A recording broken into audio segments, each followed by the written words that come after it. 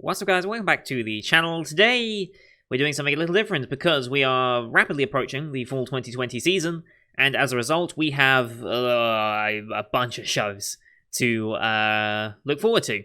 That's going to be brand new here. We have a couple of sequels in there as well. It's not going to be like the season after this, which is going to be full of sequels, but we'd still have a couple of sequels here and there. So for those of you new to the channel, hi, welcome. I'm a British guy who reacts to anime, and before the start of every season, I like to do one of these longer videos talking about all the shows that I intend to watch in the next season of anime. So, this is my initial plans. These will change over time, depending on where these get licensed, if at all. Like, some of these shows might not actually get licensed by Crunchyroll or Funimation or such, and if they do get licensed by something like Netflix, sometimes they take a while to come out, so it will depend on how they come out. And it will also depend on how many of them I drop. This is a lot of shows. Normally, I typically do about 15 to 16 shows a season. That's usually my ideal pace. I have nearly 30 shows selected here that I intend to start, so I may end up dropping some shows, including ones that you may enjoy, so apologies in advance if that does happen. But hey, we can't all have the same tastes, can we? So, and also some days get a little more hectic than others, so I will have to drop some shows. You'll see what I mean when we get there. However, what we're going to do here in this video is we're going to load up AniList. I'm going to go through day by day of the anime that are coming out and what I'll be watching for that day. As a disclaimer, when I say we're going to start with Monday, of course, and when I say Monday, I mean the videos of my reactions will release on Monday, which normally means that show came out on a Sunday. I record overnight in the early hours of the morning, since that is the best time for me to record, hence why it's dark in this room with just lights everywhere. No sunlight out of the blinds, for example. So yeah, this is the day that the reaction will come out. Usually, the first reaction of the day comes out at 1 PM UK time, since I'm in the UK. And then hourly after that is when they happen. So if I've got 4 shows, like I do for Monday, it'll be 1 o'clock, 2 o'clock, 3 o'clock, and 4 o'clock. That is how I do my reactions, and that's how I will continue to do them into this season. So, we'll start off with Monday here. We are going to load up our AniList. So I've got all the Monday shows here. This is the first show on the list. This is Maisetsu Opening Act, which, as far as I understand, is based around stand-up comedy. And judging by this, I'm guessing it's a Funimation one. Normally, my AniList does like a simulcast list on what networks get what shows, but they haven't done one this season, and we're about a week away from premiere, so I'm a little confused by that. But anyway, some of these I do know where they're going, some of them, well, most of them I don't. So, Maisetsu Opening Act. 4 hardworking friends pair up to chase their dreams of becoming professional stand-up comedians. They quickly find out being funny is seriously difficult. Yeah, it is. Fubuki, Mafuyu, Rin, Nayuta, and the rest of their hilarious pals as they overcome obstacles on the journey to achieve their ultimate goal, performing live at the Namba Grand Kagetsu, which I believe is like almost like a Japanese Hall of Fame, like for comedy and performing arts. As far as I'm aware, it's like the Budokan was for Eripyo and Mine. Was it Mine? No, it's not Mine. It's Minor. There we go. Got it right in the end. It's like for the idol show from Spring. I forget its name. If my favorite pop idol made to the Budokan, I would die. That's the name of the show. Got it there in the end. So it's the Budokan of comedy, is what I'm equating this to. Done by Studio Gokumi, who I've definitely watched some things from before, haven't I? Yes, Satan Academy, which unfortunately the reaction got deleted, and is part of the reason why I'm on the second channel. Which is a shame. Did I watch anything else from you? Solitary Children, I need to give another chance because I dropped that prematurely. Sarah and I enjoyed somewhat. And most of their earlier stuff I haven't watched. Okay. But I enjoyed their Satan Academy, so if we can get some more like that, I'm not going to complain. Also by Axes. Have I watched anything by you? Are they partners? Okay, so they partner on certain projects with them. Okay, cool. I guess they handle something specifically. Off the top of my list, don't immediately recognize names. Female protagonist, primarily female cast, yeah. Let's take a look at this image. So yeah, racing forward towards the mic. Entirely female cast at this point. I don't think there's a male character there, unless they're going to do the male character in a dress skit again. like other shows have in the past. I mean, yeah, looks cute. Looks like they're going to go the comedy route. It is, yep, comedy slice of life. So I'm hoping it's a good laugh. That's really what I can hope for it. It is an original work. It does have a manga, but that's releasing alongside this. So the anime will definitely outpace the manga by the time this gets it through its 12 episodes. I guess. I'm going to guess it's a 12 episoder. I don't even know if it's a full length. It's marked as a full length, so I'm going to guess it is. Yeah, initially, I kind of like Nayuta. I want to know more about her. She's my favorite of the designed characters so far. Maybe it's because she looks a little bit like Mami from Madoka, but anyway, I might be biased. Okay, so that's my Setsu. Next up is Talentless Nana, or Monona Nana. Monona Nana. I can already think of something fun to do with the OP of that song. So yeah, it's the year 20XX. Of course, you never give a specific year. Earth has been assaulted by monsters known as the enemy of humanity. In order to deal with this threat, special schools composed of teenagers with extraordinary abilities were formed. Of course, why would you use adults? Always use teenagers, they're expendable, right? These people, who came to be known as the Talented, decent name, have abilities that defy the rules of reality. Among these superpowered individuals, I'm trying to speak too fast just to keep the length of this video down, was an outlier, someone who was sent to one of these schools despite having no innate special abilities whatsoever. It's, what's his face from My Hero? This is the story of our protagonist who attempts to defeat the enemies of humanity through the use of intelligence and manipulation. So yeah, it's not relying on powers, it's using your own wits to do something. Like, that's a very common trope, I believe. Having a protagonist that doesn't have the same innate abilities, and I assume that's Nana, Talentless Nana, that's going to be doing that. Kind of like her design. Let's take a look at the image here. So there she is. I guess this is her main group. I'm guessing this is members of the Academy as well. Fire, Angry Boy, of course, Glasses Pose, creepy looking girl. You remind me of someone from Danganronpa. I can't remember your name though. Interesting looking. This is done by Studio Bridge. Have I watched anything by Studio Bridge before? Oh, they did Fairy Tail, final season. Okay, so they've done some work. Yeah, they've done some work. I mean, they did Fairy Tail, so I haven't actually watched anything from them, though. So this is my introductions to Studio Bridge. I have seen, yeah, I never watched this, did I? Why did I not watch this one? Because it was a sequel, that's why. Never mind. So yeah, I have never watched anything from them. I've seen Fairy Tail, like, clips, but I've never actually watched an episode, so first introduction to Studio Bridge, this should be good. School superpower, yep, obvious tags. Drama, horror, psychological, supernatural, thriller. Horror psychological could be interesting. They have some cutesy designs. I wonder how horror psychological they'll go. Because shows put that in there, and they make you think, but sometimes they can be very, very tame with how they do it. I hope they don't tame it down, but at the same time, who knows? Who knows? It looks interesting. Again, it's not my normal type of show. It feels like they're trying for a darker version of My Hero.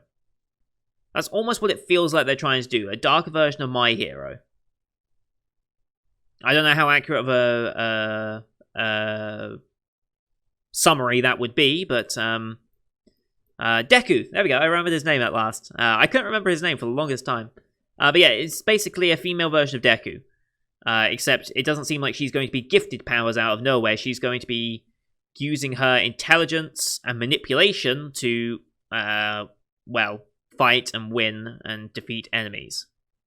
But that'd be interesting, because that implies that we actually have an intelligent main protagonist, which is always a blessing, let's be real. So, next up, By the Grace of the Gods. Yeah, this is the one. So, only 39 years into a life full of bad luck, Ryoma Takabayashi passes away in his sleep. Oh, he doesn't get Truck-kun. Okay. So, isekai, immediately. Taking pity on him, three divine beings show compassion by reincarnating him as a young boy to a magical new world. Isekai. Now he spends his time researching and caring for slimes. But after healing an injured traveler, Ryoma decides to set out with his new friends on a journey to use his power to help others.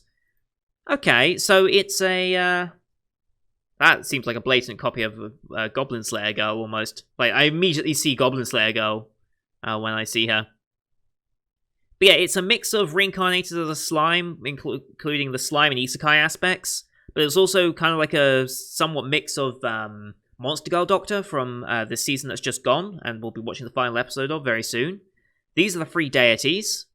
Typical old man with the beard, white beard. Yeah, typical. A lovely goddess and playful, almost like Tet from No Game No Life. Getting some sort of Tet-like vibes from you. Okay, yep. Favorite character already established. Yeah, I mean, this could be fun. This could be wholesome.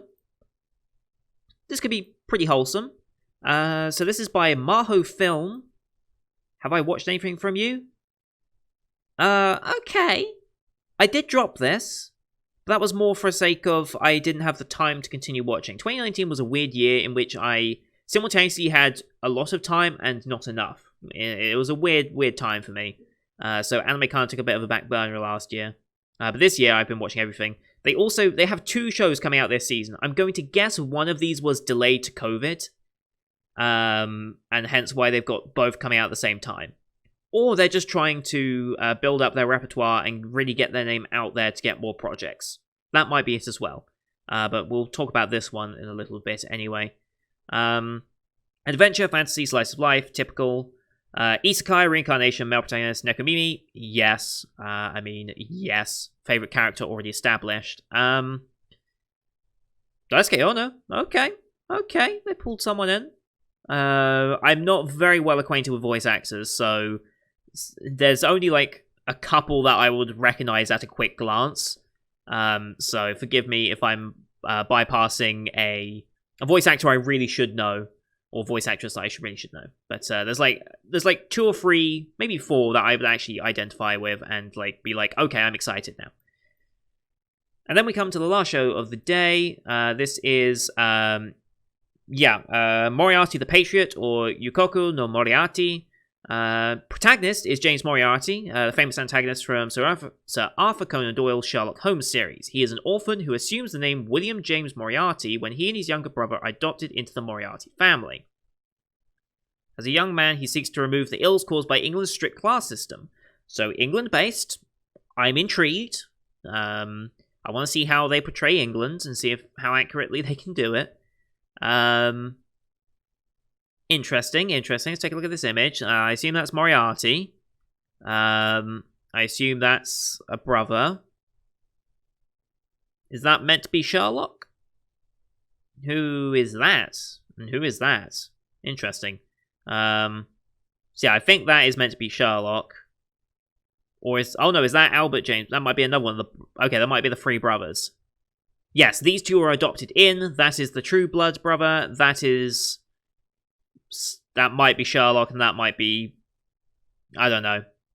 We'll see how they want to portray it. But this is by Production IG Studios. Oh god, there's a lot of stuff that they've done. They've done a lot of stuff. Have I actually watched any of it? We'll be watching that this season as well. Nothing this year, surprisingly. That's strange.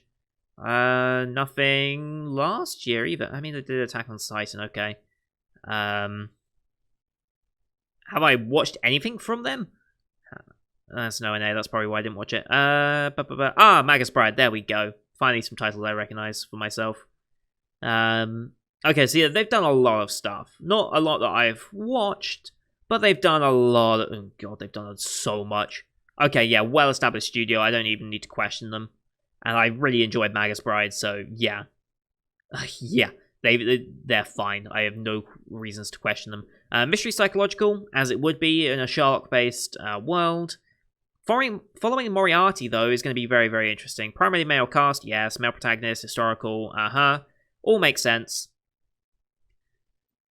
I'm curious to see what direction they take this story. Remove the ills caused by England's strict class system. So we're going to say Moriarty is not antagonistic in this point. Is Sherlock going to be against him? Is now Sherlock our antagonist? I'm curious as to how they want to play that. This story could be interesting. I'm interested to see how they do a spin on the whole Sherlock whole Sherlock franchise, as it were, now, because yeah, following Moriarty's perspective could be very different. I don't know if they're going to change him too much from how he would have been, or if he's going to be like, yeah, I'm interested to see how they want to portray Moriarty in this one. Next up, we have the Tuesday shows, and those are, we've got two this time. So this is Maojo de Oyasumi, or Sleepy Princess. Yeah, Sleepy Princess of the Demon Castle. Shush, Princess Cialis? We'll see. Is trying to get a good night's sleep. Some shut-eye, 40 wings, catch some Z's. Yeah, alright, how many do you want to go through? Long ago in olden times, when people and demons lived together in, well, disharmony, really, a demon king kidnaps a human princess and imprisons her in his castle. Okay. Bereft, the princess's subjects beat their chests in anguish, till a hero arises to spearhead Project Rescue Our Princess. Yes. While waiting for a knight in shining armor, what's an imprisoned princess to do? Teddy bear guards with bat wings are all very well, but her dungeon cell is boring. So she decides to while away the long hours by sleeping. Now, if only she could get comfortable and didn't suffer from insomnia. Okay, so human princess trapped in the demon castle, gonna be meeting a lot of demon people, I guess. Yeah, I guess hijinks will ensue. Comedy fantasy, slice of life supernatural, as expected. This is Doga Koba show as well, by the way. Let's see, there's Secret Princess trying to sleep. Monster races, that I assume is the hero. That is, I mean, I'm assuming this is our Demon King. Another bestial race. I don't know who you are. I guess leader of a church or something. I don't know if you're on our side or the demon's side. Be interesting. So yeah, Doga Kobo. Sorry, I always say Koba. I don't know why. Fantastic shows already in the past year I've been doing this. Asteroid and Love, Sing Yesterday for Me, Diaries of Days of Breakwater. Well acquainted with this this studio here on this channel, and we love them. Help Fox Senko, Uzumade, as weird a concept that was kind of enjoyable. Dumbbells, I don't know why I dropped it, I need to get back to it. Talakun, yeah, they do some really, really good stuff, especially in the slice of life genre. There's Plastic Memories. Engaged and Identified. Yeah, they are well established and well loved here on this channel, especially by me. So we'll see how this one goes. It's not a group of young girls enjoying a club like I wanted with Asteroid and Love and Breakwater, but it's still slice of life. It can still be fun. Also, is that Yoshitsuga Matsuoka? That is who I think it is, right? Am I right? Let me just go through this to load them all up. Isn't he Kirito? He's not Kirito? Who am I thinking he is then? I thought he was Kirito from, or do they list him as Kazuya? No. Who do I know you as then? Matsuoka. Yeah, there he is. Yeah, he is Kirito. I don't know why he's not listed as Kirito in there. And it's Kazuto, not Kazuya. Kazuya is a nickname. That's why.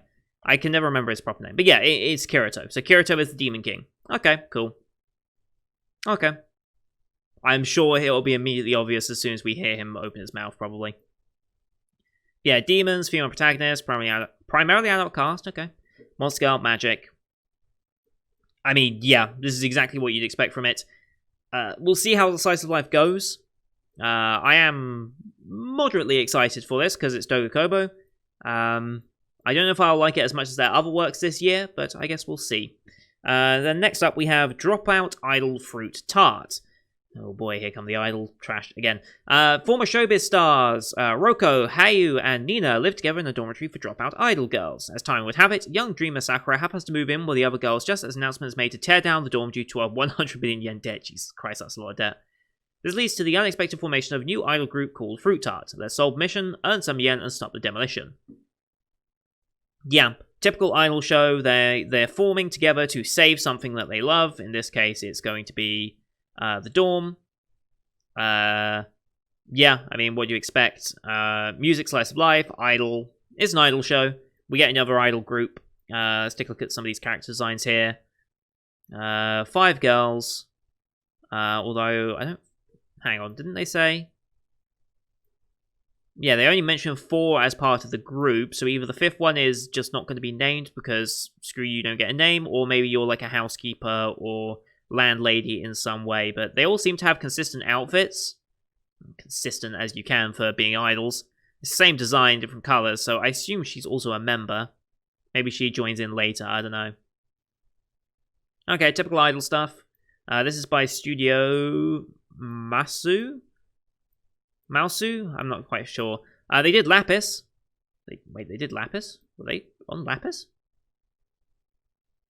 Oh, they were produced on Lapis. Okay, I thought they didn't do Lapis. Superhero. Yeah, so not the greatest. That's a horrible title. Yeah, not the greatest studio in the world for me to have watched. They haven't really done much in recent years. Were they actually a producer on this, or did they animate? They're, again, a producer. This is the first one they're actually a studio on. No, again, I'm looking at the wrong thing. They are just producers. So it's by Studio Feel, who did Climax. Okay. Now this is making a bit more sense. Hinamatsuri.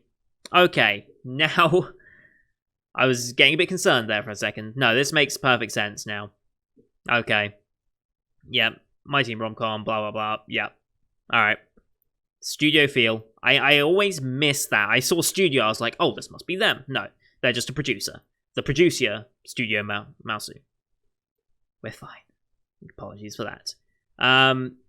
Yeah, I mean... Idol group. Cool. I mean, I just hope the music's good. That's all I really hope for in a idol-based show. I just hope the music's good. That's the only real critique I can make of it.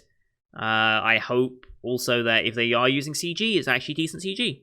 Because, yeah, I just want to make sure... I want this to be as good as possible to earn some fans and all the good stuff. I want these shows to do well. So, yeah.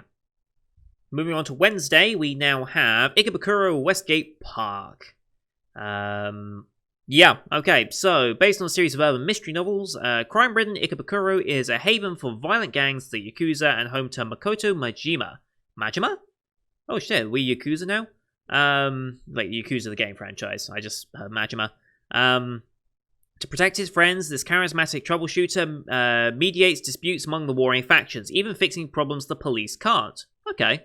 But when a rising tide of violence results in Makoto losing a loved one, can he ride out the storm, or will he drown in all the spilled blood that floods his streets? Okay. So I feel like they've set up one of the major plot points already in that synopsis. When a tide of violence results in Makoto losing a loved one. I hope that's actually fairly early on into the series, otherwise that's quite a big spoiler.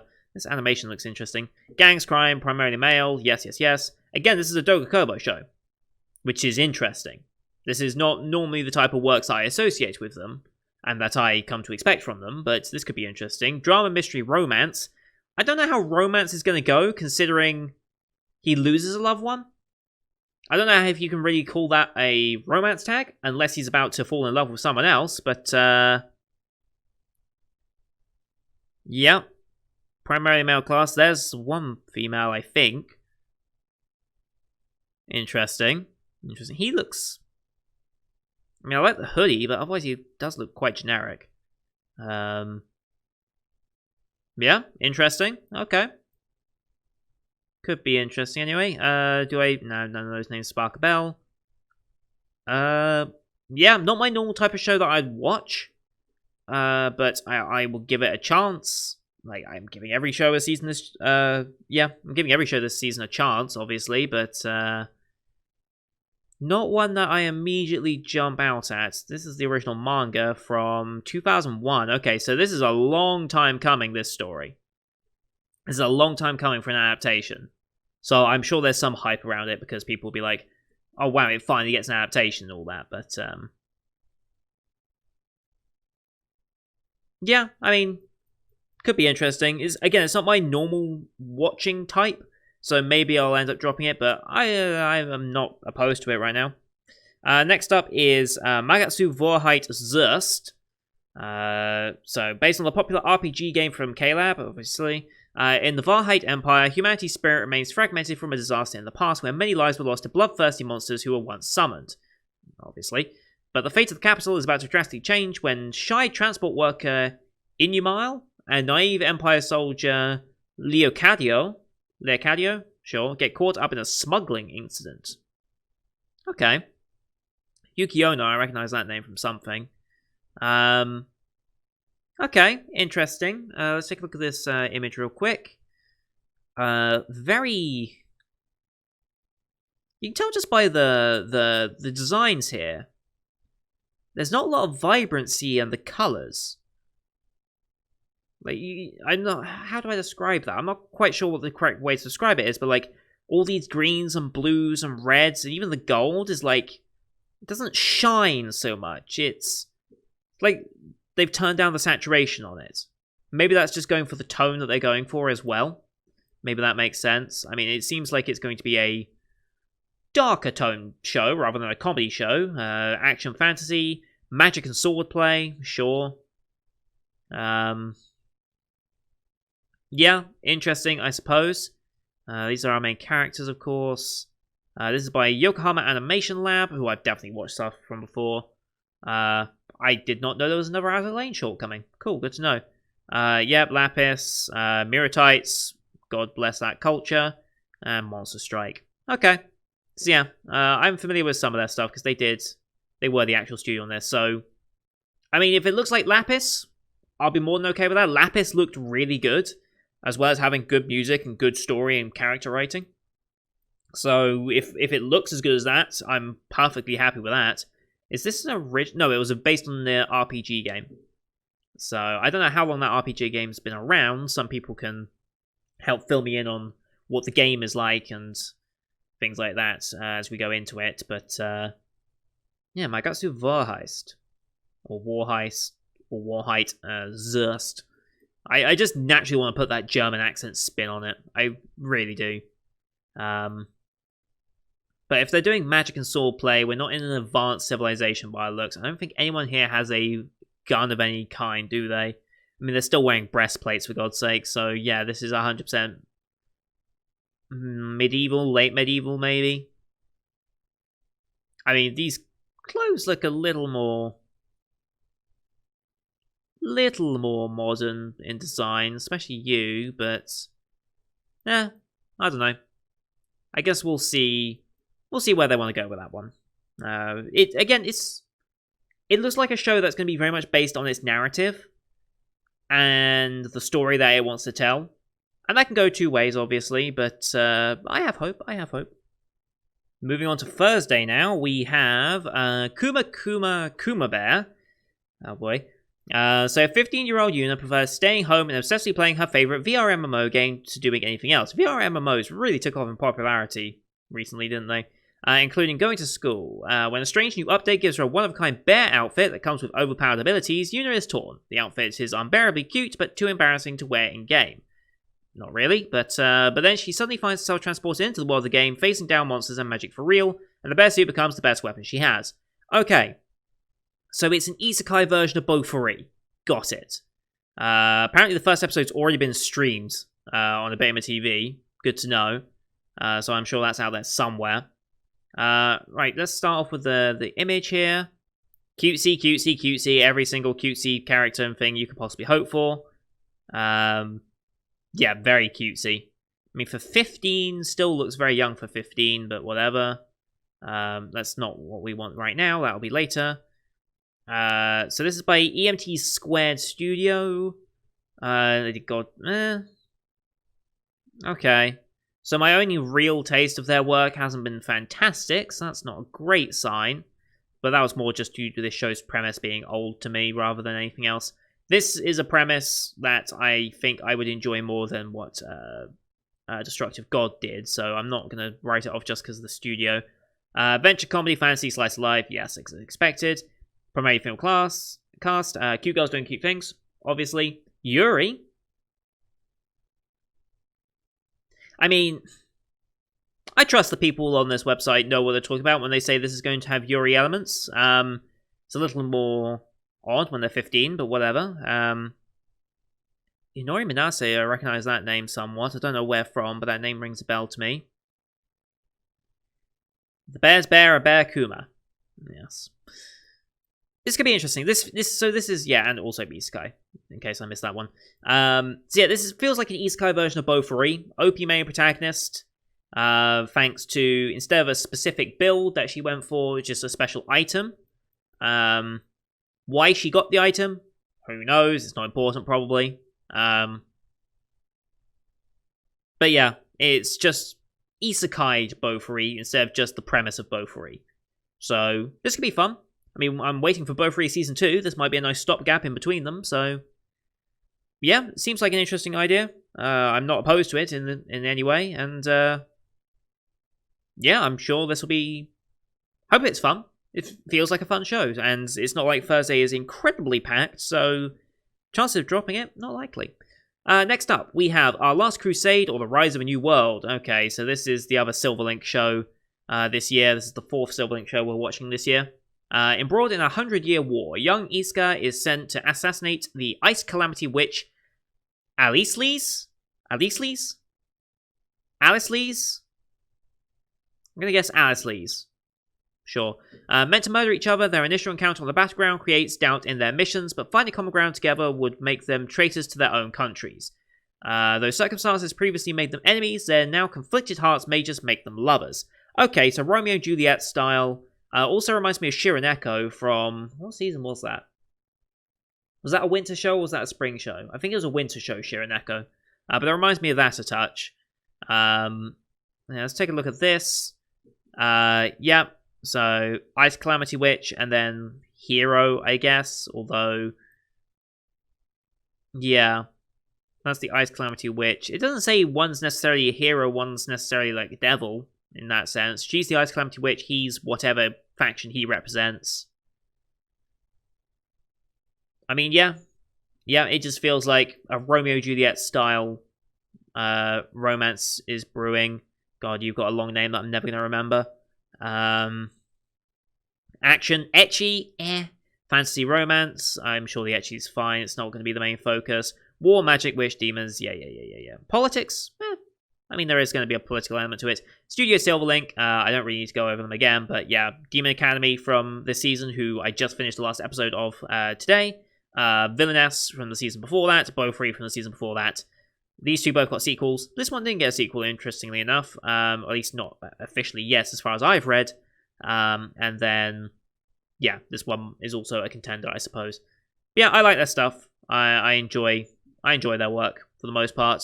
Like, I've watched a bunch of it. Never had any real complaints about it. Yeah, it's gonna be fun. I'm curious to see how far they want to take the romance aspect of it. Of course, as soon as you throw in the ecchi tag, my brain goes a little, because ecchi is one of those things that I'm okay with ecchi being included, as long as it makes sense for it to be included. Don't just throw ecchi scenes in just for the sake of having ecchi scenes in. They have to have a meaning behind them. And some shows do that, some shows really don't. But I'm sure this one will be fine. This one seems to be very much focused on its narrative and character building between these two. That I'm okay that I think that ecchi is going to be somewhat tasteful. As tasteful as ecchi can be, let's just put it that way. And then finally on Thursday we have this. Noblesse, I think is the correct way to say it. Correct me if I'm wrong though. For 820 years he has slumbered with no knowledge of mankind's advancements and scientific progress. The land which he once knew has become an unfamiliar place with new technology, attitudes, and lifestyles. Upon awakening, Cadis Etrama di Raizel, aka Ray, or Rai, seeks to familiarize himself with this era. He locates a loyal servant of his, Frankenstein, sure, who's currently the principal of a South Korean high school. Oh, right, yeah, this is a Korean manhwa, isn't it? Rai, I'm going to call him Rai. Correct me if I should be calling him Ray. Decides that this school is the perfect place to help him learn about the modern world, enrolls, and begins associating with a group of good-natured students in order to blend in. But this new world is no safer than the old, and the dignified, bewildered, technology-inept Rai finds himself embroiled in adventures both ridiculous and dangerous. See, ridiculous makes me wonder. Let's take a look at this art, shall we? So this is our main boy. Interesting designs. Yeah, interesting. Got nothing more to say than that. Studio Production IG, we've already mentioned today. Yeah, they're doing so much work. Doing Moriarty again this season, and I'll be watching. A lot of producers on this. Crunchyroll Webtoon. Crunchyroll's doing a lot of the Webtoon stuff. In fact, I don't know if they have exclusivity over Webtoon-based stuff right now, but they definitely seem to be doing a lot of it and helping bring it all into fruition. Urban Fantasy, Superpower, Vampire, he's a vampire, showed them Memory Manipulation, and Assassins. Okay. I don't immediately recognize any voice actors. Now, one thing I will say before I get into this, a couple of years ago they did release the OVA that is currently on Crunchyroll, Noblesse Awakening. I will ask you guys before I go into this one, because we have how long? This one's not until quite later into the season, so I have a bit of time to think about it. Do I need to watch this OVA before I start the season, or will this season cover basically what was summarized in the OVA as well? As far as I understand, the OVA was promo material for the manga. Do I need to watch that in order to understand where we jump into with the first episode of this, or not? I would like to know the answer to that, whether I should do a reaction to the OVA first and have that come out, and then do the first episode, or if I can just jump in from episode 1. I imagine I can just jump in from episode 1, but at the same time, I don't know. I don't know where they're going to start episode 1 from, if you know what I mean. So, any advice you can give me on that, let me know. Moving on to Friday now, we have Higurashi, When They Cry New. So, this is a remake, as far as I understand, of the original When They Cry, or Higurashi. So new kid, Keiichi Mabera, is settling into his new home of peaceful Hinamizawa village, making quick friends with the girls from his school. He's arrived in time for the big festival of the year. But something about this isolated town seems off, and his feelings of dread continue to grow, with an annoying fear that he's right. What dark secrets could this small community be hiding? So, I have heard of the reputation of When They Cry. I have never actually seen a single episode, or seen, I don't think, unless it was in a meme compilation or something, of this original. So I'm going into this one completely blind. Like, I don't know what Higurashi is all about. And because it's a remake, I'm going to assume I don't actually need to have seen the original. This is also a good way to introduce new people into it. So, I have no idea what this show actually is. I know it has a dark twist to it, and it should be obvious it has a dark twist to it, because drama, horror, mystery, psychological, thriller. You know something's about to happen. Denpa. Seemingly orchestrated ways. Okay. Interesting. Tragedy, achronicle order, do not occur in chronicle F, makes sense. Prime fear, rural gore, and a lot of spoiler tags. We're not going to look at the spoiler tags, because they're spoilers, obviously. But I'm going to guess that there is probably a lot of messed up stuff about to happen. But I don't know what. All I know is the reputation of this show. I do not know what it is, if you get what I mean. Because, I mean, look, it's one of those shows. It's like the Madoka effect, where you've got so much cutesy stuff. It looks all fun and jovial. Excuse me. It's all fun and jovial. What could possibly be wrong? And then it just twists. Like, that's what I'm expecting from this. I wonder how soon into the show it twists. Is this a 12 episode or a 24 episode?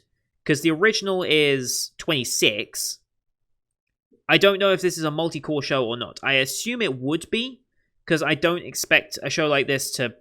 A remake wouldn't be 12 episodes if the original was 26. I don't feel like they would do that, so I'm expecting this to also be multi-core. But we actually haven't had a multi-core show that follows on season to season. We've had split cores, but we've never had a multi-core show to react to on this channel. I've never actually had one in all this time. It's always been 12 episodes. This is by Studio Passion, who did In Species Reviewers. But did I watch anything else? I watched Citrus, I watched Narco Notes. So I've watched a couple of their shows. So I'm not doubtful of the quality. I don't know what to expect, though. Based on the visual novel, yes. This is going to be an experience, and this is going to be fun, because this is not the type of show I go out of my way to watch. But because I've heard the reputation, I want to watch it. I want to understand what this show is all about, because I don't know. And I think that's going to be the fun of reacting to it as well, because I imagine a bunch of people who will be reacting to it have seen the original, and will be like trying to compare it from what the original did to what this one's doing and things like that. I'm sure there's reactors out there who will do that. I'm not one of them.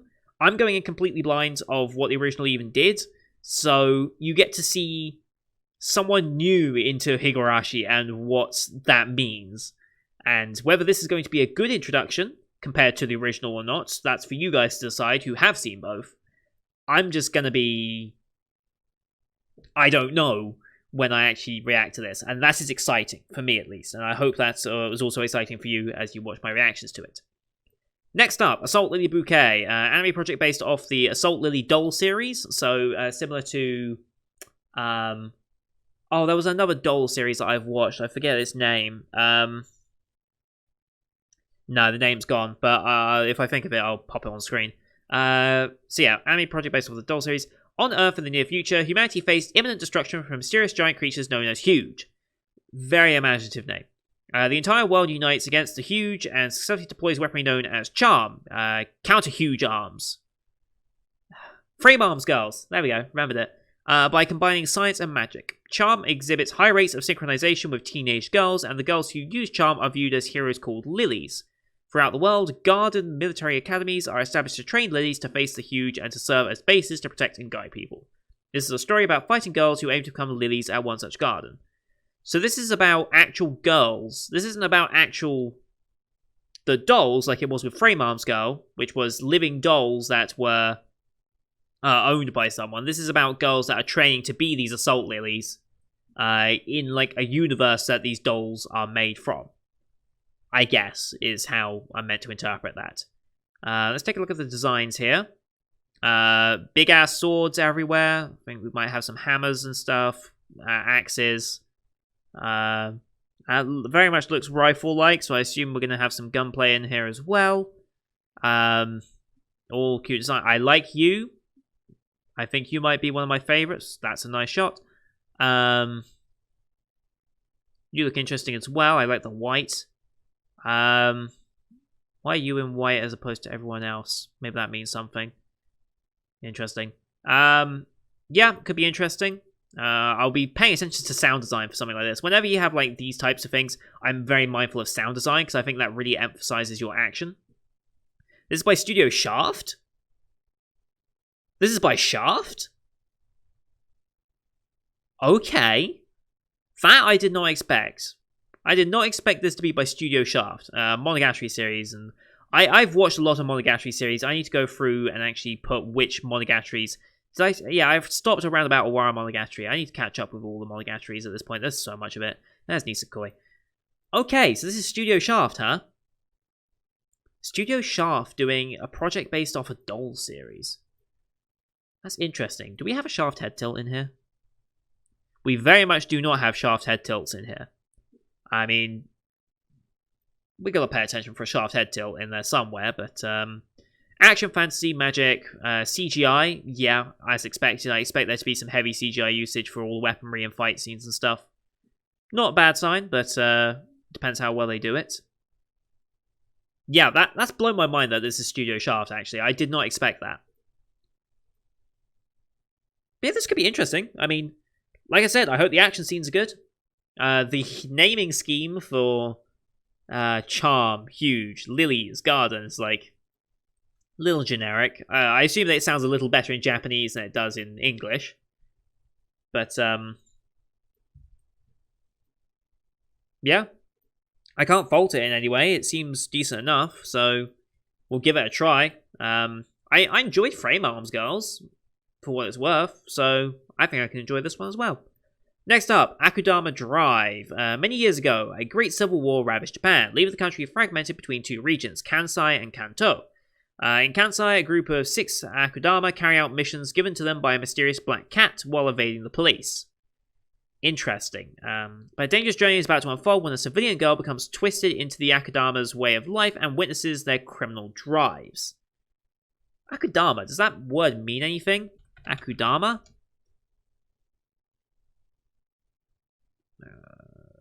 What does it mean in Japanese? Villain, bad person. Okay, it's just another word for villain. Okay. So the drive of a villain. Interesting. Wow, this is a very small image if I have to zoom 300%. This is very pixelated, I apologize. There's the mysterious black cat, ripped man. I guess this is our ordinary civilian girl. Keen to meet you. That looks like a robotic arm. Somewhat. Let's zoom back out to... what was it, 150 I think I wanted to be on? Yeah, okay. Okay. So this is by Studio Piero. I think I'm saying their name right. They did Nobunaga. Anything else that I've watched? I recognize some of these titles, so I'm not too concerned, but I don't think I've watched much else. No, Nobunaga was the first show I watched by them. Interesting. Interesting. I'm sure it'll look fine. It's an original material as well. Urban crime, action sci-fi. Sounds about right. Do I recognize any names here off the top of my head? No. Yeah, I mean... Yeah, looks interesting. I like this character art up here as well. It's not my usual show type, again. Like, I don't normally go for this type of show, but... could be interesting. I'm keen to see where they go with the story of this. What is this journey they're going to be going on? Why is this mysterious black cat giving out missions and stuff? Yeah, I'm kind of curious as to where they want to go with the story on this. It could be very, very interesting. And then finally for Friday, we have one of the shows I've been very much looking forward to, Adachi and Shimamura. Adachi spends her school days skipping class until she meets fellow delinquent Shimamura, and the two become fast friends. Cutting class together deepens their friendship, but soon unexpected emotions blossom. As awkwardness and confusion settle in, the two girls travel this sea of emotions without a paddle as they learn about each other's feelings. We have a Yuri show. It's finally happened. We have a Yuri show, and I'm hoping this is going to be a decent one. Yeah, romance, slice of life, Yuri, table tennis. I mean, yeah, I see it right there, so I guess they play table tennis or ping pong or whatever. God, I'm just hoping this is good. I really am hoping, because I want a good Yuri romance. I just want a good romance show in general. And a good Yuri romance is very rare to come by. Usually when you have Yuri romances, they often have to do something special as a twist to get you in. I just want a genuine attempt at romance. That's all I want. This is by Tezuka Productions, who are doing Demon Lord's sequel. They did Quintuplets. Higashikashi, Dororo was up there as well. Not much in the way before that, and they are taking over other properties. But yeah, Tezuka, no reason to really doubt them at the moment. I just want this to be good. I really just want this to be good. Also, I don't understand this character. I like this visual. I don't understand this character, Yashiro, but sure, I'm sure it will explain itself eventually. Yeah, I just want a good romance story. If I get a good romance story out of this, this could easily be anime of the season for me. Like, that's how easy it is to get me. If you just do an honest representation of what romance is like, and what the emotions you feel, without having to have these stupid hooks, these stupid rivals, this elaborate plot lines of confusion, it's like, just have a genuine moment. You'll be amazed how good of a show you can have out of that. So... yeah, I'm so excited for this one, and I sincerely hope it's good, because you don't get a Yuri show that often, and you don't get a good romance story that often. So I'm excited, and I really do hope that this is a good one. And now we move on to Saturday. Oh boy, the things get complicated here. We have 8 shows listed. Am I correct? 8? Yeah, 8 shows listed. Thankfully, one is a short. But we have 8 shows in total, so let's get going. First up, King's Raid. The story is set in a world of sword and sorcery, a century after King Kairu of Orvelia defeated the demon king Angamundo. Interesting. The squire Castle lives in these peaceful times. However, Castle's I'm going to say Castle. Sounds better. Destiny is set in motion when he hears of the demons reappearing on his land. Guided by a great wise man, Castle embarks on an adventure with his companions to drive back the darkness threatening his once peaceful land and become the chosen warrior of the holy sword Aya? Yeah, Aya. Sure, we'll go with that. That sounds about right. Take a look at the art here. Interesting character designs, like most of them. You can see elvish designs here. Sure, interesting looking thing. Could be a generic fantasy story, but we've got some interesting character designs here, I must admit. This is by two studios, Ulm and Sunrise Beyond. I assume they work together in tandem for certain things. Ulm, have I watched anything from you before? It doesn't look like it, actually. They did Pokemon stuff. Okay, they did, interesting. I'm gonna... They've done a bunch of stuff. They've done a lot of the Pokemon stuff, so fair enough. Sunrise Beyond, this is their first listing. So I guess they're a split off from some group. I'll have to look that up later, or if someone knows more about who Sunrise Beyond actually is. I guess they're a split off from another company in some way, and as such, this is their first actual work. Elf Tag, obviously. Action Adventure Fantasy. Yeah, Successors of the Will. So yeah, this is just another fantasy story. Hopefully it's decent. If it ends up being a bit too generic, this could easily be on the drop list, because here's the thing. 8 shows in a day, I'm not going to be able to do that more than 2 weeks. Like, if I get the first and second episodes out on time for successive weeks, I would be amazed. Like, I don't expect it to work out too well. So I will likely be dropping at least 3 of these shows, if I'm going to be honest. So I might be overly critical of these shows. Like, this one especially, it looks generic fantasy. I want to see if they do anything that really hooks me in the first episode or 2. Otherwise, I might just drop it for the sake of I have too much to watch. Maybe I will come back to it in my own personal time after the season, but at the same time, I don't know. So I'm hoping it hooks me early on, otherwise I will probably end up dropping this. Next up, Jujutsu Kaisen, a boy fights for the right death. Interesting. Hardship, regret, shame, the negative feelings that humans feel become curses that lurk in our everyday lives, yes. The curses run rampant throughout the world, capable of leading people to terrible misfortune and even death. What's more, the curses can only be exercised by another curse. Interesting. Itadori Yuji is a boy with tremendous physical strength, though he lives a completely ordinary high school life. Of course he does. One day, to save a friend who has been attacked by curses, he eats the finger of the double-faced spectre, taking the curse into his own soul. And I'm guessing this is what the double face is meant to represent. From then on, he shares one body with the double-faced spectre. Guided by the most powerful of sorcerers, Gojo Satoru, Itadori is admitted to the Tokyo Metropolitan Tentacle High School of Sorcery, Jesus Christ, an organization that fights the curses. And thus begins the heroic tale of a boy who became a curse to exercise a curse, a life from which he can never turn back. It's already had an early web premiere, apparently, and then we'll soon be starting this show as well. Okay, sure. This is a Mappa Studio production, so it's going to look good. I mean, I never doubt Mappa Studios. Miss Love Queen Choice, God of High School, Dora Hedoro. Listeners looked alright, even though I didn't think much of the actual show. There's Kakagurui, Dororo, there's Zombieland Saga, there's Inashiki, which is a way darker show than I think a lot of people will remember. Like, I think people forget how dark this show actually was. Yeah, it's Studio Mappa. I'm going to enjoy it, probably. I'm curious to see how they incorporate the curse thing. This is action supernatural, not listed as horror, but it has demons, superpower. It has body horror listed here, which makes sense. I imagine if you take in something called the double-faced spectre, I'm sure there's going to be some body horror in there as well.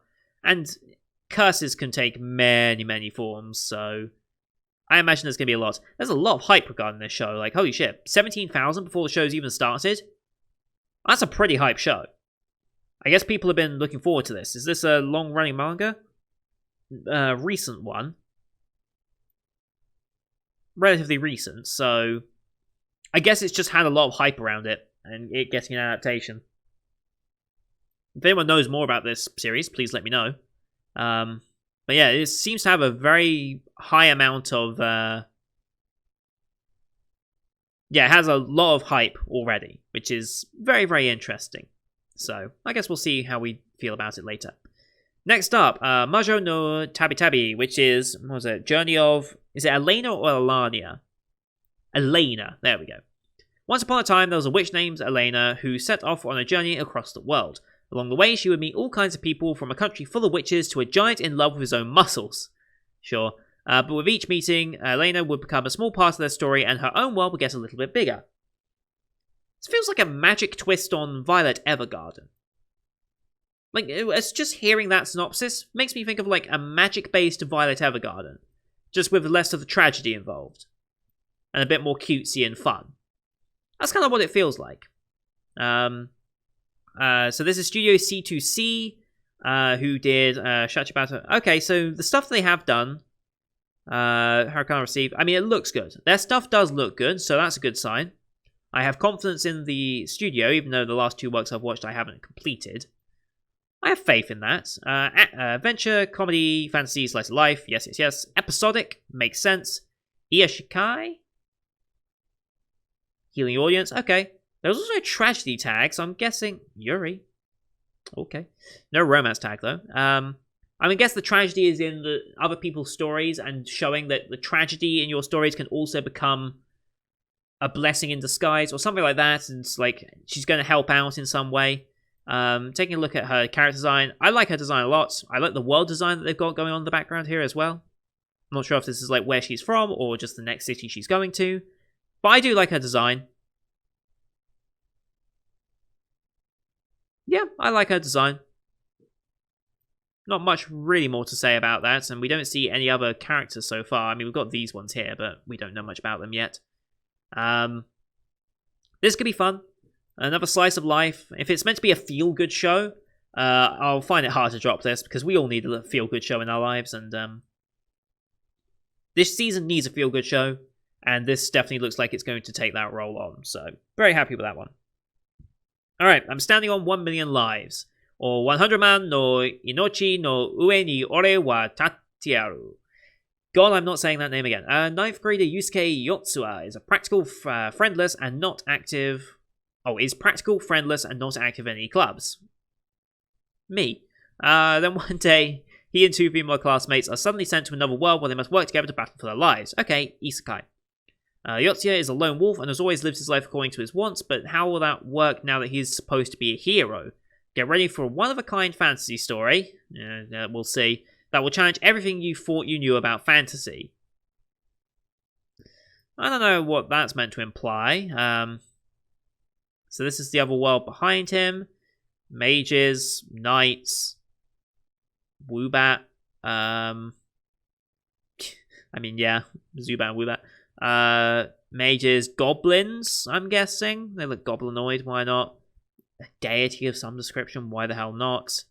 I don't see what makes me question everything or challenge everything I knew about fantasy. I don't see... That's a very bold claim to stick out into your synopsis. Game Master. Okay, so he's... Yeah, he is... I was right, he is a deity, essentially.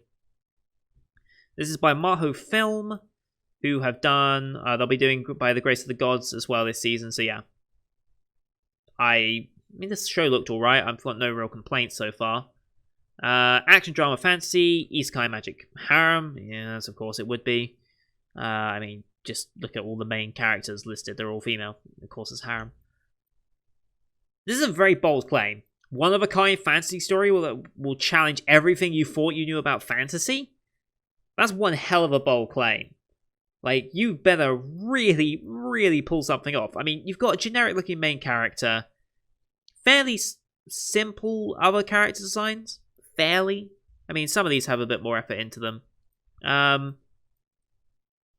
Yeah, like, you're really putting a lot of pressure on yourself with a synopsis like that, because now I'm expecting you to do something different. And you're an isekai story based in a fantasy world with magic. You can just see how that's going to go wrong. Now, I'm standing on 1 million lives. That title sounds interesting, because that implies there is something special to his circumstances. But I hope they convey that fairly early, otherwise this is going to be quite an easy drop. Because, like I said, I got 8 shows this season, or this day, to watch. I don't have time to be waiting around for you to do something special with a show that you promised will challenge everything you think I know about fantasy. You're going to have to do something spectacular first 2 episodes, otherwise, yeah, it's going to backfire on you quite quickly. Anyway, next up, Rail Romanesque. This is a short anime, it's only 5 minutes, so thankfully it's not 8 full-length episodes. But I'm going to be watching this one because it's only a short, and because it's actually something I kind of am interested in. So the story is set in the game's fictional southern Hinamoto city of Ohitoyoshi. There we go. After it was successfully revitalized thanks to Hachiroko's tourism promotion. The city is now planning to host the first Maitetsu festival to bring together rail lords and their respective masters from all of Hinamoto. Inspired by the humans planning for the festival, the famed Suzushiro and other rail lords are also hosting a rail lord summit at the railroad station cafe Amiro to share their collective wisdom. It's sci-fi slice of life trains. It's a train-based cute train girl anime thing. I don't know how this is meant to work quite exactly with them. Are they the embodiment of the trains they represent?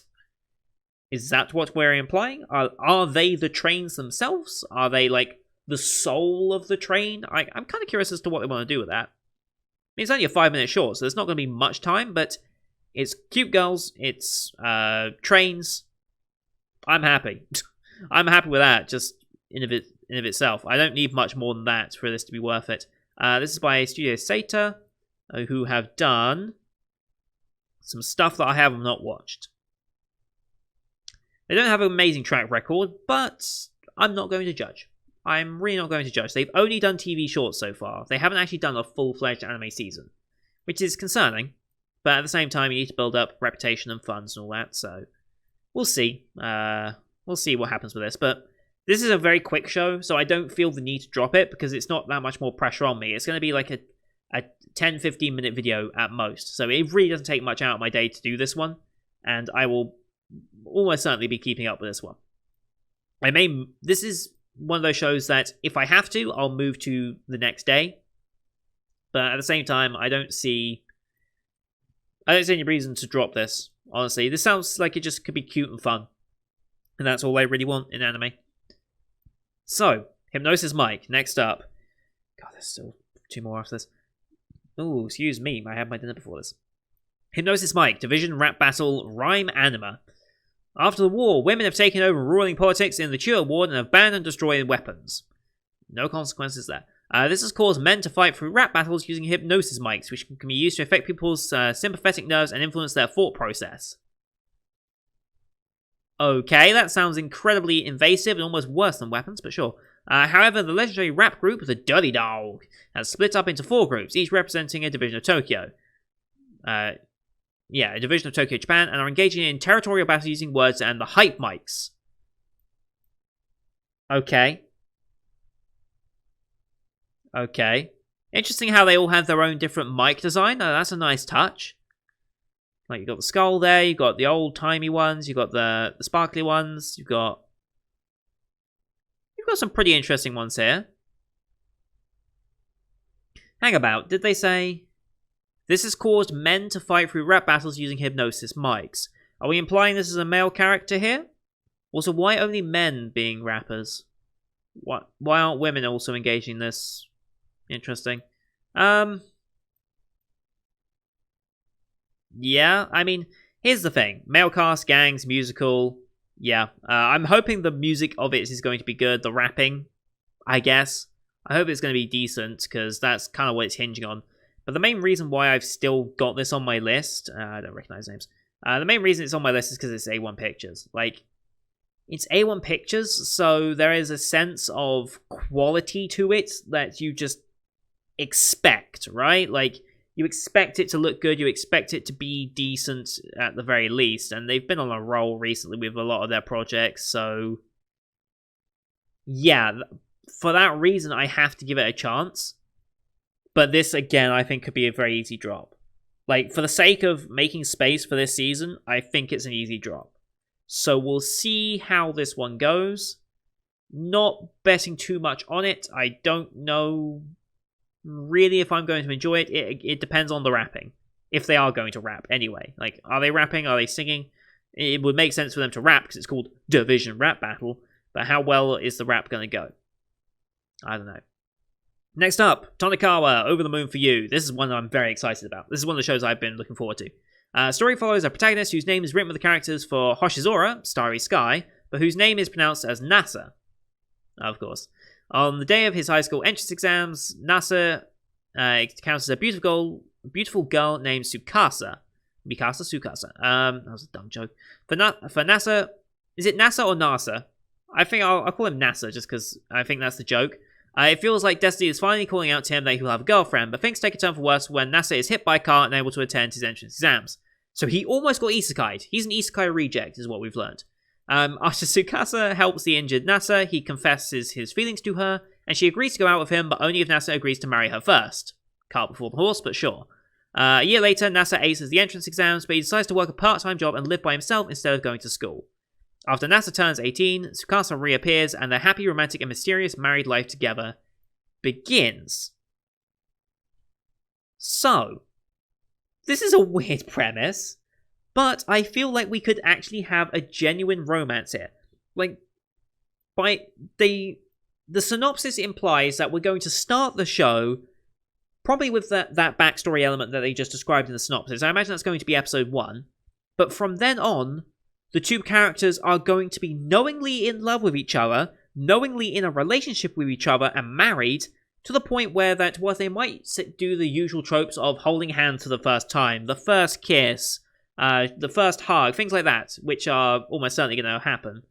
At least they're in the context of they both know exactly that they both want it, and they both know that they are in love with each other. And if you take that element out of romance to the point where, yes, they know, you can have so much more fun with different scenarios and different character emotions that most romance shows, at least Japanese anime romance shows that I watch, just don't get. It's always the build-up to the first kiss, or the confession, or in the case of harem shows, going around in circles doing absolutely nothing, looking at you, Rent-A-Girlfriend. So I have a lot of hype for this, because it looks like it might be trying to do something different, and that's all I need in romance. Studio 7 Arcs as well, who have done Arte from Spring. Very much enjoyed that. Did I watch anything else before that? No, it doesn't look like I have. So, yeah, I'm familiar with them from Arte. I have hype for them. I enjoyed Arte. It was a good-looking show. Decent story. Now, this one has sci-fi tag. I don't know why. Why is this getting a sci-fi tag? I mean, nothing about that says sci-fi. I don't know that tag. That tag confuses me. Yeah, heal the audience, daily lives, parody and meta. I don't know how much that one's accurate. Yeah, I'm just super excited for this. Comedy, romance, slice of life. Again, I don't understand sci-fi. Maybe that was a typo, but this just looks like a refreshing take on romance anime, and I'm all for it. Like, there is absolutely, unless it does something absolutely heinous in the first 2 episodes, no way the show gets dropped. I don't care if I drop every other Saturday show. This will stay, no matter what, because I want this to be good. I really do. And then finally, we have Danmachi Season 3, which I really need to catch up on and watch the first 2 seasons back, because otherwise I'm going to be completely lost when we jump back into it. Hestia is Bestia, there's Belle, there's Velf, there's Eyes Valentine. Yes, they're all back. Do I need to say much more about this show? If you haven't watched the first 2 seasons, go watch the first 2 seasons. The spin-off thing that they did, where was the spin-off? There was a spin-off thing that they did at some point, wasn't there? Where was that? Didn't they do a side story or something? Sword Ratio, Oratoria. There we go. Not a ratio. That was the side story that I didn't quite enjoy as much as the main series. But yeah, it's just more Danmachi. What more do you want me to say? I enjoy this show. I need to catch up to make sure all the plot points are fresh in my head. All the usual tags that you'd expect with this type of show. This is, I think, is our new character. I don't recognize you from the first 2 seasons. Unless it was right at the end of season 2 that we got introduced to you, but I don't remember you. I'm not going to look up what your character name is, just in case that is a spoiler. But, yeah. Danmachi, Season 3. Brilliant. I mean, yeah, this is going to be fine. I'm more than happy to continue with this. Like I said, I will rewatch, so I'm a bit more familiar. I'm wondering that's the Minotaur type thing again. Eyes, she's going through a character dilemma right now, I'm certain. Yeah, I'm excited. I might move this to maybe. It depends on what happens with Saturday, and I'll decide what really happens with this show. But I'm going to be watching it, 100%. I mean, people are hyped for this show, and why not? I mean, Danmachi has done very well for itself, and I can absolutely see why. Finally, that brings us on to Sunday, and we've got another 5 shows here.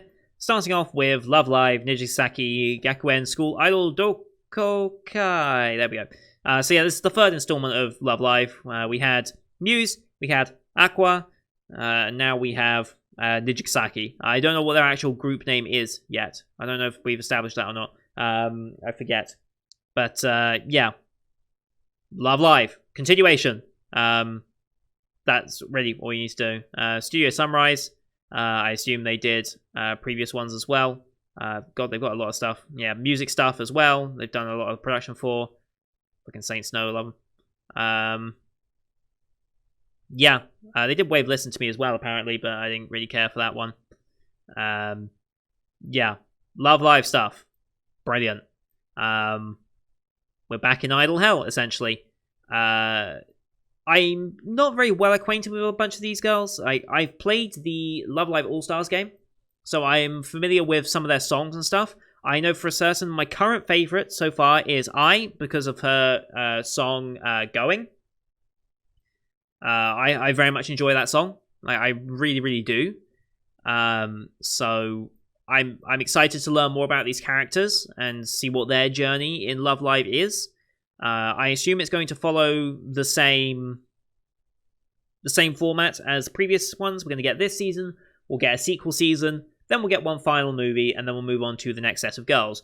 Although I believe there is another Love Live project up and coming. Isn't it called Love Live Superstar or something? Yeah, Love Live Superstar. I don't know what this is. I don't quite know where this fits into the other series, because it's a 5-girl group as opposed to the typical 9 that we've been running through every other time. So I don't know what to expect, realistically, from that one, but I do know what to expect from this one. This is just more Love Live, and yeah, join me in Idle Hell, everybody. Basically, that's all I've got to say about it. It's more Love Live. If you know Love Live, you know what to get into. If you've never seen Love Live, don't worry, you won't be missing anything by not seeing the previous 2 iterations, by missing out on Muse and Aqua. I would suggest going back at some point and watching it, because there's some good music that's come out of both those groups. My voice is going because I've been talking way too long today on this video. So yeah, more Love Live, happy with that. Next up, Senyoku no Sigadrifa. I think Sigadrifa is how you're meant to say it. I'm not actually sure, but Warlords of Sigadrifa. The pillars suddenly appeared above Earth, threatening all life. A god who called himself Odin came to the aid of humanity as it was driven to near complete defeat. To counter the pillars, Odin declared counterattack by bequeathing humanity with the battle maidens Walkures and the hero craft as their wings. Several years later, the battle between humanity and pillars rages on, with men supporting the Walkures as they soar through the treacherous skies to save the world.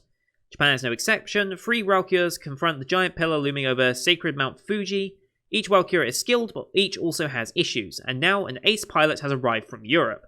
Now is the time to fight back, humanity. The day of reckoning has arrived. The time of Ragnarok draws near.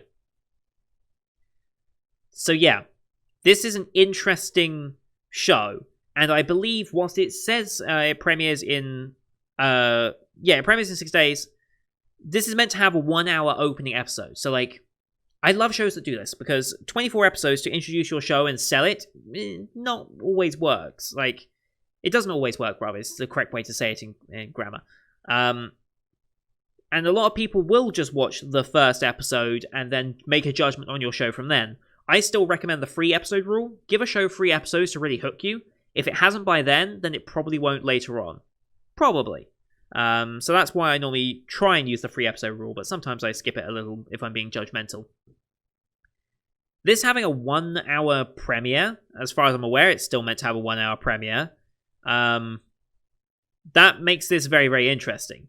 And it's got the aviation theme, as you can see. There's the planes. Those are the actual planes that these girls will be embodying flying. I'm not quite sure how it works specifically. I have been keeping myself relatively blind on like trailer content and such, but I know they've been showing off a bunch of the plane models and stuff that they'll be representing. So it's an aviation-based thing. I'm interested. It reminds me of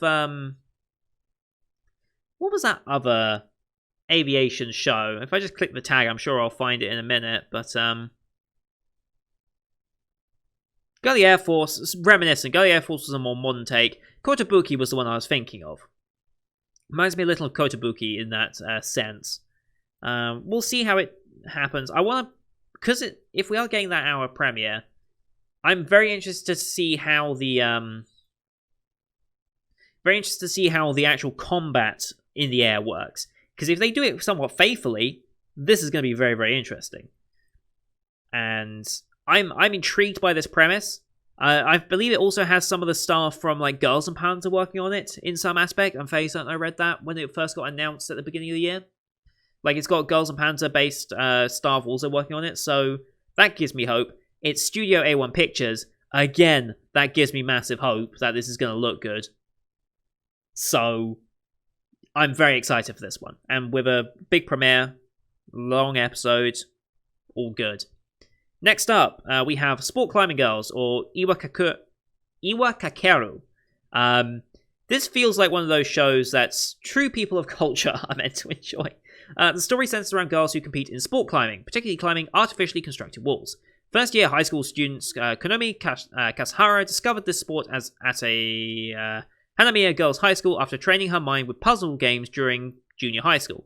Yeah, rock climbing and sport climbing, there is that puzzle aspect of figuring out where your handholds are meant to be, where your feet holds are going to be, and progressing your way up. But I mean, look at this image. You know why this show is going to be popular. Like, I don't need to say it, right? We can all see why this show is going to be popular. And I'm not going to judge. I enjoyed Mirror Tights. But yeah, comedy, drama, ecchi, big surprise, sports, fitness, school, athletics, primary field cast, done by Studio Blade, who have done what? Cooking with Valkyries? Not a lot, actually. They haven't done much. This is my first real introduction to Studio Blade. This is a very good first introduction, let's be real. Yeah, we all know why we're watching this show. We're not even going to try and deny it at this point. We're watching this for the culture, and we will leave it at that. Could be fun, though. I mean, if they're going to play comedy up, that's good. But we all know why we all know why we clicked on this one. Let's be real. Next up, Taiso Samurai. The story is set in the year 2002 in the once powerful Japanese men's gymnastics team. Shotaro Aragaki, the former Japanese team member who devotes his life to gymnastics, is no longer able to compete to his expectations. Despite still training strenuously day after day, he is advised to retire by his coach Amakusa. However, a certain encounter alters Aragaki's fate. I'm going to guess because of this girl here. Almost certainly going to be because of this girl here. Let's be real. Yeah, interesting how you got the sporting side of things and it devolves into all the toys and things like this. Curious to see where they go with that. So yeah, it's just tagged as sports. Like, it's just tagged as a sports story. Nothing more. It's an original. It's by Studio Mappa. It's gonna look good. I mean, yeah. This could be very, very interesting. Decent amount of hype around it. Not much so far, but we've got a while till it premieres. So this is going to be one of the later shows to premiere this season, but it looks interesting. I'm curious to see how they're going to do the sports thing. I like sports stories. I think there could be a lot of interesting aspects that each individual sport can offer. Gymnastics is going to be interesting. This is 2002, so this is like before smartphones, hence why these types of phones are probably, on screen. Less technology around now as well, so it could be interesting to step back in time to 2002. 18 years ago. 18 years ago is a long, long time, and the world has changed a lot in 18 years, let's be real. Yeah, I'm interested. It's going to look good because it's Mappa. I always have faith. We'll see. I'm going to assume this Rei character is the encounter that alters his fate, and I wonder how it's going to be doing that. I do wonder. And then the final show that we'll be watching on Sundays and for the season is The Day I Became a God, or Kami-sama ni Natahi. Third Key, Aniplex, and PA. Works original anime project written by Jun Maeda. Previous works were Angel Beats and Charlotte. I mean, you drop Angel Beats, attention is gathered, right? One day, during Yota Narukami's last summer vacation of high school, a girl named Hina suddenly appears and proclaims herself the all-knowing god. Sure she does.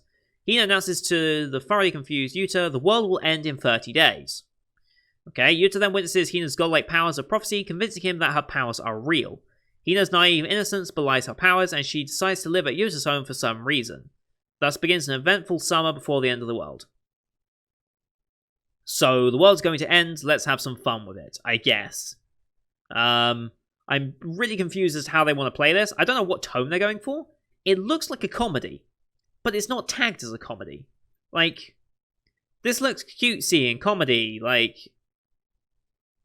Right? Also, hello. Got the best friend here, I'm gonna guess. There's your deity. Yeah, I don't know what kind of type of tone they're really going for with this one, so I guess I have to give the first episode a chance. It's getting a decent amount of support behind it, though. That's a good sign.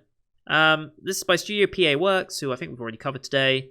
There's a Pari Ramman. There is... What else have I watched from you? Iridoku. What else? Surely there's something else I've watched. Probably if I go back further. Nagiyasu, and then probably back here, there's Angel Beats. God, it's been 10 years since Angel Beats. It's actually been 10 years since Angel Beats. Time has gone way, way, way too fast. So yeah, it's gonna look decent. I don't know what tone they're going for. It seems comedy, but at the same time, it's like eventful summer before the end of the world. Doesn't sound like he's trying to stop the end of the world. I'm curious to see what tone they go for. I'm assuming comedy, but at the same time, it's not tagged as such, and therefore I'm confused as maybe they're trying something different. But yeah, interesting idea. I can't really fault it in any way. It's going to be interesting to see. Like I said, it's one of the later ones, so it's going to be a little while before we get into that one this season, but I'm intrigued. I'm curious to see where they want to take it. Whilst that does it for the actual series we're watching, there is one more thing I want to point out, and that is Burn the Witch, which is a Bleach spin-off, I believe, but I don't think you have to have watched Bleach to get it. They might throw references in, but I think if you haven't watched Bleach, you can still appreciate this. At least I'm hoping, because I'll be watching it. So, this is a movie project. I thought it was a 3-part movie project, but apparently not on any list, according to this. I'm still confused as to how they're releasing this. I thought it was a series, but then it became a movie, but then it became like a 3-part movie series. I don't know how this is going to be portrayed, so I'm just going to watch it when it comes out. It's a Crunchyroll show, so I'm just going to watch it as it comes out on Crunchyroll, and we'll see where it takes us. But this is Burn the Witch. Historically, 72% of all the deaths in London are related to dragons. True fact. Fantastical beings invisible to the majority of the people. While unknown to most, some people have been standing up to these dragons. Only inhabitants of Reverse London, who live in the hidden reverse side of London, can see the dragons, also known as... No, I'm not making that joke. Even then, only a selective few become qualified enough as witches or wizards to make direct contact with them. Protagonists of the story are witch duo Noel Nahasi and Ninny Spankle. Spankle? Poor girl. They are protection agents for Wingbind, an organization, or Warner Brothers, an organization for dragon conservation and management. Their mission is to protect and manage the dragons within London on behalf of the people. So they're not necessarily trying to kill the dragons, they're trying to manage them and keep both sides happy. I like that touch. So yeah, it's another low-res image. Let me zoom in for you real quick. There we go. Sorry for the low quality. So yeah, dragons, London, there's Big Ben Tower. Yeah, or Queen Elizabeth Tower with Big Ben the Bell inside, I guess. Yeah, interesting dragon designs. Wonder how these are the results of the deaths of 75% of people or whatever, but whatever. Interesting character designs. I have no real qualms against that. So let's go back down to 150. I'm curious as to how it's going to be as a non-Bleach watcher. I don't know if this is going to seem... Well, I don't know how much of Bleach I need to have seen to really get it. I assume there'll be references, like I said, but yeah, I don't know what to really expect. I don't know. I mean, it's Action Fantasy, Studio Colorido, who did Whisker Away, the movie, Pokemon Twilights. So I am excited for it. I must be said, I am excited. But beyond that, I don't really know what to expect from this. I don't know what to expect. So this could either be something very, very interesting for me, or it could be something that I just don't enjoy. We'll see. But that is all the anime that I intend to watch this season. From Monday to Sunday, this movie. If there are other movies that come out, such as anime movies that are scheduled to release on Netflix or Crunchyroll or Funimation, although Funimation doesn't normally handle movies, it's usually Crunchyroll. But if any movies come out to them that I have a vague interest in, I will also be covering them. I don't know of any movies that will be coming out on those services, but I will be keeping an eye out. If you see a movie that comes out on any of those services, please let me know as well, in case I miss it. Best place to do that is, of course, on my Discord, which I promoted at the very beginning of this video with the new image cards. I hope you enjoyed those. Help promote the Discord a little more on every video from now on, or at least from the full season onwards. I won't be doing it for the old spring videos. I can't be bothered to do that much editing. But there is one more thing I just want to briefly mention, because recently there is a new figure set, essentially, from Good Smile called Pop-Up Parade. And you may have seen, if you're a member of my Discord, that I am very much interested in getting some of these Pop-Up Parade ones of series that I have watched and enjoyed. To that end, I have currently bought 4. I intend to buy 2 more in the next couple of days. But in theory, this season, specifically in the next month or so, I intend to be getting at least one of them. So this is the first one I bought, Kochiko Iwanaga from Inspector. I ordered this one. This is my first Pop-Up Parade figure I've bought. It is scheduled to release in October. You can't see that here on this screen. You can only see this because of the way the cropping is done. But this is intended to release in October. I have never actually bought from Good Smile Company before. As you can see up on here, let me get rid of this real quick. As you can see up here, I do have a Nendoroid of Takao, as well as a figure of Shimikaze. But these were bought to me by friends. These are not actually myself buying from Good Smile. So I have no idea what Good Smile's shipping time is, how accurate the release dates are. Like, is that release date as in, this is when they release, and then from when the day it releases, that's when they start making them? Or is that when they start shipping them? I'm not quite sure how Good Smile works with Pop-Up Parade figures. If you have bought a Pop-Up Parade figure, please let me know roughly what the timescale is. I'm expecting about 2 weeks of international shipping. That's fairly standard. I have no complaints of waiting for 2 weeks of international shipping. But I've never bought from them before, so I have no idea. But this one I fully expect to get this season. Because I don't think it's going to take over a month from release date, or nearly 2 months from release date to get to me. At least I hope not. So we'll be likely seeing this figure arrive on the channel. I will be doing a little preview presentation, showing it how it's shipped, and showing it off, and all that good stuff, and doing a little mini review, as it were, just for fun. But we also have these other 3. Now, these 3 are scheduled to appear, or scheduled to release in December, so it's unlikely that they'll ship to me for the full season. It might be for the winter season, but I'll mention them anyway, just in case. We have the Megumin one, we have the Aqua one, and then we have Senku from Dr. Stone. Aqua and Megumin, of course, from Konosuba. If you don't know that, you need to watch Konosuba. So those are the 4 that I currently have on order. I intend to order 2 more from the Ruby series, being Ruby Rose and White Schnee. I assume Blake and Yang will be on their way soon with Pop-Up Parade. I don't know how long, but that will put me up to 6 figures. And then there are also 2 Nendoroids that I intend to buy, but they won't be here till March or April, more than likely. And that is Ekidonna and Daisuke from Millionaire Detective. Ekidonna from ReZero Season 2, of course. So yeah, I just thought I'd mention that sort of thing, because I know some of you will be interested in my little updates on that. I'll be doing videos on them when they arrive. But with all that said, that is the fall 2020 season. This is quite a long video, I realise, but there's a lot to cover, and there's a lot to be excited for, and this is the first full season since winter, because the spring season wasn't this big. The summer season wasn't this big. This is the biggest season since winter for me, and I'm excited to get back into the swing of it, but also dreading the 8-episode day. That's not going to go well. So thank you everyone for watching till the end. If you have stuck around till the end, type dog in the comment section. That way I know you've watched it.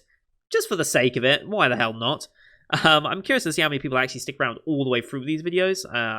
In the bottom, there'll be timestamps of all the days, so you can skip around easily at least. But I hope you're excited for fall as much as I am. I hope I'm reacting to a couple of the shows that you're also interested into this season. Hopefully I don't drop the shows you're interested in this season. And hopefully at least one show you'll be sticking around for to watch along with me. It's been an incredible journey. Thank you everyone so far for your support. We're closing in on 300 subs. I would like to hit 300 subs fairly early on into the season. My goal is still 400 subs by the end of the full season. If we hit 500, I would be amazed and be mega thankful, but we'll see how this new season does and take it from there, I guess. So thank you everyone for watching, and until next time, see you guys later.